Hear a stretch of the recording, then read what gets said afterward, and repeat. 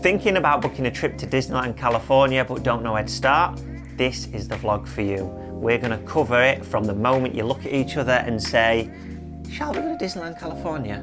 To the moment you get off the plane and go, when can we go back? So we're going to cover everything, flights, hotels, how long to stay for, where to stay, all that kind of stuff. Keep watching if you're wanting to find out more about how to book a trip to Disneyland, California. Over on our Instagram, we did ask if you had any questions about booking a California trip. Thank you so much for your questions. Please follow us over there if you'd like to take part in more Q&As and see what we're up to over there. So without further ado, let's get to it. So one of the questions that we received over on Instagram was, did we book it ourselves or did we book it through a travel agent who booked it all for us?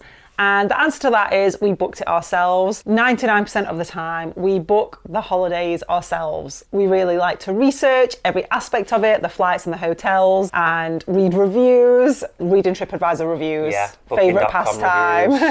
Yeah. With this trip, we booked it ourselves. I feel like most of the time it works out cheaper that way, and you can find deals on each section. Okay, so usually first things first, when you're coming to book something, you go for flights. Yeah, Flights. I feel like you do flights first. It's a good place to start. But we did it a little bit differently this time. We booked the hotel first. But for this video, we'll talk about flights first. Okay, I think, yeah. because that is the way we would do it most of the time, and the way I would advise to do it. The flight then determines the rest of the trip, the length of the trip. I think with us, we really knew what dates we were going to stay. We booked it off work, so we knew the date bracket. It made sense for us this time to wait until Black Friday for the flight deals, which we got a really good deal. So if you did want to do it that way, you can do it if it's close to Black Friday, but obviously, usually, you're going to start with the flights. So yes, we begin with the flights. So a good tip for flights, as Jay said, if you know the dates, just get looking, get searching. We always use Skyscanner, Kayak. Also, Google Flights is quite helpful. Just get an idea of what kind of prices there are. There are quite a few airlines to choose from. We went with Virgin this time, and that was because Virgin had a big 40th birthday sale where all their flights were 40% off. So because I knew what price the flights had been coming up at, I immediately knew that this was a really good deal and was happy to book as soon as I saw that this deal was on, because I'd done the research and I knew how much we were looking to pay if we'd not got this deal. I knew it was a very good deal. So first things first, you'd go on Skyscanner, go on Google, go on Skyscanner. I would probably say that's your little blanket search. So flying from Manchester, for instance, to LAX, see what comes up. They might not be direct flights. I don't know if Manchester does direct flights. So then you might want to check your London airports. We flew from Heathrow. Yes. They went because they went direct, and generally your London ones can be cheaper. So after you've done a Skyscanner search, then you can maybe start going on your separate ones like a British Airways, see how inflated their prices are. Go on Virgin, you know. I can't think of any other airlines. That shows you the monopoly, doesn't it? Yeah. British Airways, these corporations, British Airways and Virgin, monopolise. And something I would recommend is that use Skyscanner and Kayak to find the flights, but then actually book through the airline website themselves. Okay. So it kind of breaks down. It gives you options of where to book your actual flight, and I would just recommend to go straight to the airline. So Skyscanner initially gives you a broad overview of what flights you're going to be looking at, and then just narrow it down and pick a main airline, like what you've just said. Yeah. So after booking your flights, the next thing you want to look at is where to stay. LA is very big, it's huge, it's humongous. Where you stay can have a huge impact on what's accessible to you, how close you are to things. Yeah, it depends what you want to do as well in California. Do you want to go for the parks? Do you want to go for the beaches? Do you want to go for Hollywood? Do you want to go for everything? Because like you've just said, how big it is, you do have to consider what you're going to be close to. So we knew straight off the bat we wanted to do Disneyland. That was a must. So the Disney area. We knew we wanted to do Universal area, and we knew we wanted to go to Hollywood as well. Now, the issue is they're not all in the same place. So we had to decide, do we want to do a split stay or do we want to do Ubers and stay in the same place all the way? The entire stay was 10 nights that we had to play with, which is a good length of time. I definitely recommend that length of stay. Originally, we were going to do 8 nights Anaheim.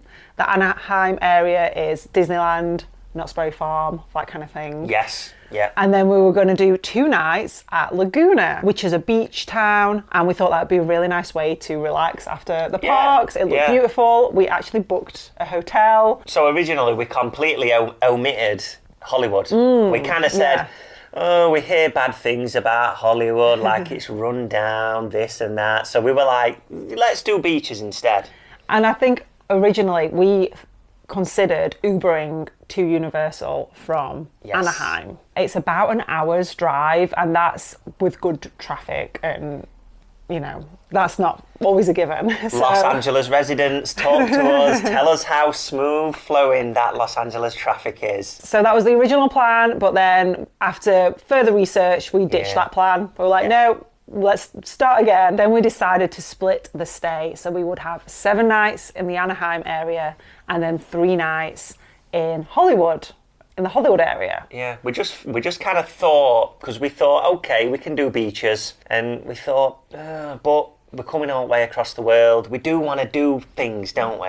So we fell back in love with Hollywood then, and we thought, oh, there's a lot to do in Hollywood. Let's do it. Let's go there. Definitely. Yeah. So after going around the houses, we landed on Anaheim for the Disney parks, Knott's Berry, and then Hollywood for all your Hollywood sites. Next up, we need to think about hotels. And the hotels that we went with, I would personally recommend them. We landed really lucky with them. I thought they were great. And how we go about finding hotels, there's a few places we would look. We always check out booking.com.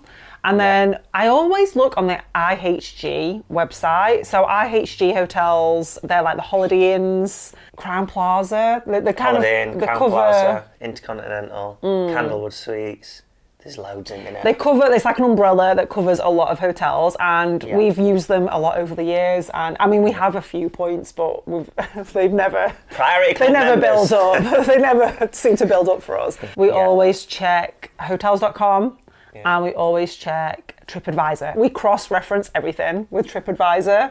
And check out the reviews and just see. Because also I feel like you can get recommendations from other people who stayed there, which is always quite helpful, I find. It's always alarming when you look at a hotel and you see the last TripAdvisor review was like 5 years ago. Yes, You go, it looked good that, but what's happened? Yeah, that's true. Yeah, you can find out a lot, I think, through TripAdvisor. So yeah, through the IHG website, I found the Candlewood Suite Anaheim. Oh, also with IHG, because we're members, they're always slightly cheaper than the advertised price. You get like a little bit off, which kind of is a benefit from that as well. Yeah, it just sounded perfect for us. It was walkable to Disneyland. It was, it was literally 10 minutes, because obviously you want to be close to Disneyland, and there was a big group of hotels, Candlewood Suites Anaheim, that jumped out at us. Somebody said it was a 15-minute walk, and you're like, oh, is it really going to be a 15-minute walk? It were like 10 minutes on some mornings. The location was perfect. If you check the vlogs out when we did California, I'm just gushing about it constantly. Every morning I'm like, Disneyland's there. Jesus. Like we're so close. And I think obviously comparing it to other Disney parks where it can take a while to get in, even if you're staying close by. You're Orlando. Staying in Orlando, you're a bus ride away, unless you're staying on site. Well, even then, you're a bus ride away. You can't walk. Yes. So that's why it was like, Disneyland, we can walk to the hotel. Perfect. And the room, you did a fascinating room tour. So check the room tour out that Jess did. Massive fridge, freezer. I'm talking a massive fridge, like what you have in your house. Microwave, toaster. There was even like a little hot plate, a hob, so you can cook in there as well if you want. So it ticked all bases. It did have a pool. We never got a chance to use it. Didn't have time. We kind of ran out of time, but it just ticked so many boxes. I feel like for a family, it might be a little bit far of a walk after a busy day. There are a lot of hotels that are closer to Disneyland. It was around £130 per night to stay in this hotel, and we thought price versus what you actually got was very reasonable, and we really liked it. Right. And it was such a good base. Obviously, we were very close to Disneyland, and then also we were able to Uber to Knott's Berry Farm and other locations that we wanted to visit in the Anaheim area. So after we sorted out the hotel stay in Anaheim, we were moving up to Hollywood, and we decided we've got to stay in a hotel that has Hollywood in the name, surely. So what jumped out at us, well, that's not a reason why. It was the Hollywood Historic Hotel. Triple H. Yes. Triple H, baby. Yeah. Oh, yeah. The symbol was like the Tower of Terror It were, kind of thing, wasn't it? I think we landed all right with the hotel. Yeah, it was perfect for us. I think, just as a disclaimer, like the area, probably like a little bit on the edgier side. A bit like edgy seat. Because it was actually on Melrose Avenue, but the avenues are miles and miles long. Melrose Avenue is like a famous like shopping area, quite trendy.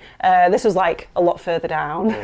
But again, it was fine for us. We did a little bit of walking around the area. Yeah. And again, it was just really convenient to get Ubers from to where we needed to go. Yeah. It was 10 minutes to Universal from there. If you're staying in the Disney area, it's not just round the corner from Universal. So that was the main reason. Yes. Because we wanted easy access to Universal. So if you go into Universal, stay in Hollywood, because you're about 15 minutes in a taxi. It's perfect. So it was perfect for us. Yeah, it was really convenient, and it was easy to get to downtown LA as well. That was probably like a 15-minute taxi, I think. And also convenient for the airport for the way home as well. It was like on the way back to the airport almost from Anaheim. Yeah, this hotel, I was just double check the price. It was £239 for 3 nights. So quite a bargain. Again, it was comfortable. It had everything we needed. The staff were really nice. And yeah, I would recommend if you're in a couple and happier to be in a bit of a edgier area, but it was fine. Yeah, we had also had a view of the Hollywood sign from our window, which you won't always get. We just dropped lucky with that. So we got a view at Hollywood sign right in the distance, really tiny. And I couldn't really fault the hotel. No, I couldn't. But we did get a viewer of ours did comment saying that the area was possibly not one to walk around at night and that kind of thing. Good job we caught taxis after 6 p.m, isn't it? So just something to bear in mind, but I think Hollywood in general, you never, the areas can be... It's one of those places you might walk outside and go, whoa! In Anaheim, you walk outside and go, Hollywood, you walk outside and go, jeez. Whoa. Watch the movies. It's like the movies. Talking about getting around Hollywood and Anaheim, how do we get around? Is it worth getting a hire car, or can you rely on Ubers or public transport? So what we like to do is just use Uber. We can't really comment on if you hired a car, if it was convenient in Los Angeles, because we didn't do that. Ubers and Lyft just worked brilliantly for us on this trip. They were always really punctual, really quick. Within 3 minutes, you'd have someone there. Everyone we encountered was really nice. Wholeheartedly recommend just Ubers and Lyfts. Yeah. Super easy. From the airport, we just Ubered and Lyfted as well. Yeah, because I mean, you could get a transfer, but you're getting on a coach and then it's stopping at loads of different stops before it gets to your thing.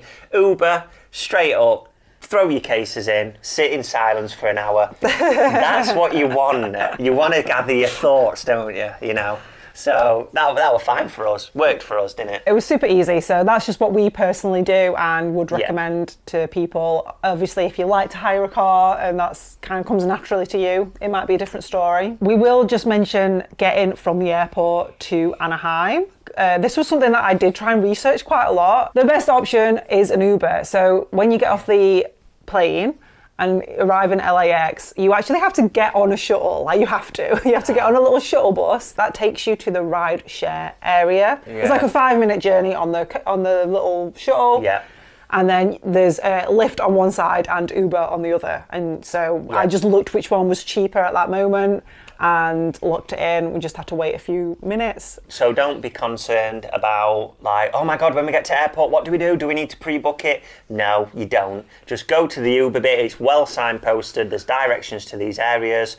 And then just go, Lyft, Uber. There's ones waiting as well, so you're not going to be stuck. So the price of our Lyft, we actually went with Lyft this time. It was $101.31, which was kind of what we expected, really. Obviously, it can be up or down depending on how busy it is. We were happy with that for the two of us. Sounds a lot. It does sound a lot, but it got us there, didn't it? So now we're going to talk about our actual plans for the trip. Disneyland. This was our first time trip there. So excited, beside ourselves with excitement. We wanted to explore the parks. We wanted to really soak it in.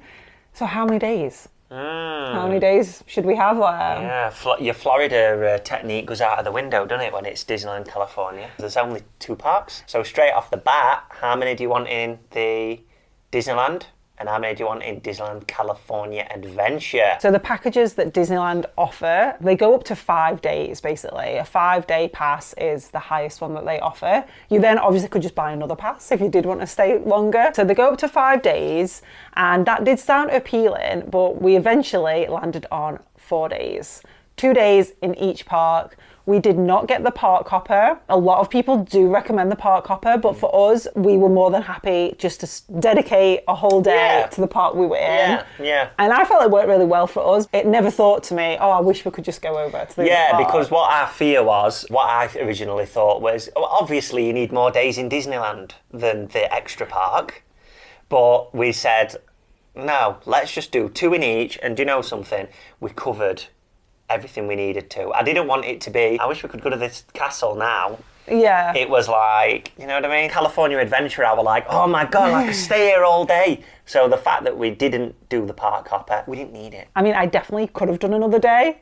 Like, we could have easily done another day and enjoyed it and had things to do. But there were other things we wanted to do in Hollywood. So we landed on 4 days, and I think it was perfect. We had 2 chances to rope drop at each park, which I think is really helpful, especially in Disneyland. It was noticeably quiet in the mornings, early mornings, compared to, like 11ish, midday. We got a lot done in the mornings because we got there for rope drop and just ran around and did as much as we could. The rope drop in Los Angeles, you get straight in. There's not like 2-mile queue. I'm looking at you, Orlando. There's not like a mile queue and you're like, oh my God, we got here 2 hours early and we're still at the back of the queue. We were literally, we got there like half an hour before it opened. Yeah. And there was like... like 2 people in front of us. A gaggle of people in front of you, and you were like straight in. So the day we arrived, we didn't really have anything big planned that day. So we had a Disney day, and then we had a rest day in between. I feel like we had to, because we were doing rope drop to close, you need a rest day. So on that rest day, we just went to Olive Garden and we went to the mall shopping, and we just had a little wander around. It was kind of chilled and it was nice. And I think we definitely needed that day to recharge your batteries. And then we had another Disney day, did California Adventure after that, and then we had a Knott's Berry Farm day. That was really good. Knott's Berry Farm was definitely high up on our to-do list, and we spent all day there. It was so much fun. We went on rides and it was really cool. Definitely worth going. If you are staying in Anaheim and you're doing the Disney parks, don't sleep on Knott's Berry Farm, because I think it's one of America's oldest theme parks. And the roller coasters, some of them are made out of wood, So thrill seekers, get yourselves down because it was really good. It's close to Anaheim. It's about a 10-minute drive. Yeah. So you might as well do it. Then we had our last Disney day. So if you get the 4-day ticket, you can spread them out. You don't have to do the 4 days consecutively. You can have gaps in between, which we were thankful for. So that's why we put a Knott's Berry Farm day in there, just to kind of spread it out a little bit. Our last 4th day at Disneyland, we did the Walt's Main Street tour. Oh, yes. That we booked at the 60-day mark. If you're familiar with booking things for Walt Disney World, you know that you can book dining and activities at 60 days before your trip, and it's the same for Disneyland. So at 60 days, I booked the Walt's Main Street tour. That is basically, you meet a cast member, you book in, and you put a little headset on, there's a little group of you, it's very intimate, and they basically take you down, tell you all the secrets of Main Street. Because remember, this is the Disneyland where Walt Disney actually, he stayed there. He slept there, didn't he? He worked there. So you're following in his footsteps. And when you walk down Main Street, there's loads of things that you don't take in. And this was basically giving you a peek behind the curtain. We literally went behind the curtain. We really did, yeah. Yeah. We went in like the staff area, which was Yeah. really cool. We stayed in Walt Disney's room as well. I know that sounds crazy. We actually, well, we didn't stay there. Yeah, we That didn't would have been stay there. crazy. We actually went in Walt Disney's room as well. So we'll drop a link to the vlog because it was Yeah. some behind the scenes stuff. It was so Yeah. good. It's Walt Disney's apartment where he actually stayed and his family stayed. It's just above the fire station on Main Street, and that was magical. Yeah. Genuinely magical. It was Was. so cool. So I definitely recommend that. And the other things that we booked at the 60-day mark was just a couple of dine-in. We booked Blue Bayou, which is the restaurant where it's inside the Pirates of the Caribbean. And then we also booked Lamplight Lounge in California Adventure. We booked a table there at 60 Days You've as well. got to go there. I'm sorry, I'm putting my vision on you guys, but you got to go to Lamplight Lounge if you're going to go. That was the best burger of the trip. It was so good. Hands down, It was so hands good. up, hands down, best burger at trip. So you could- got to go there. I could eat that now. I It could was have really that good. If you want to see more of the food options in Disneyland, check out my last video. I did all the vegan options in Disneyland, and you can see a lot of the food that the park has to offer and everything we ate over our 4 days there. And it did not disappoint. Everything was amazing. We really enjoyed it. So then after the last day in Disneyland, the next day was our transfer hotel day. So we checked out of the Candle Suites at Anaheim and then went to Hollywood Historic. Again, we just used an Uber. We just got an Uber straight there, dead easy. But we did go to the Griffiths Observatory. We did The Chinese theatre we went to, that was amazing. We got a tour around the Chinese theatre. And we also, on that day, went to Fork and Film, which Oh, is wow, yes. something they do at different locations in LA, but this was in downtown LA at a hotel. It was eating all the food from the Twilight film. As you are watching the film, they bring out the food.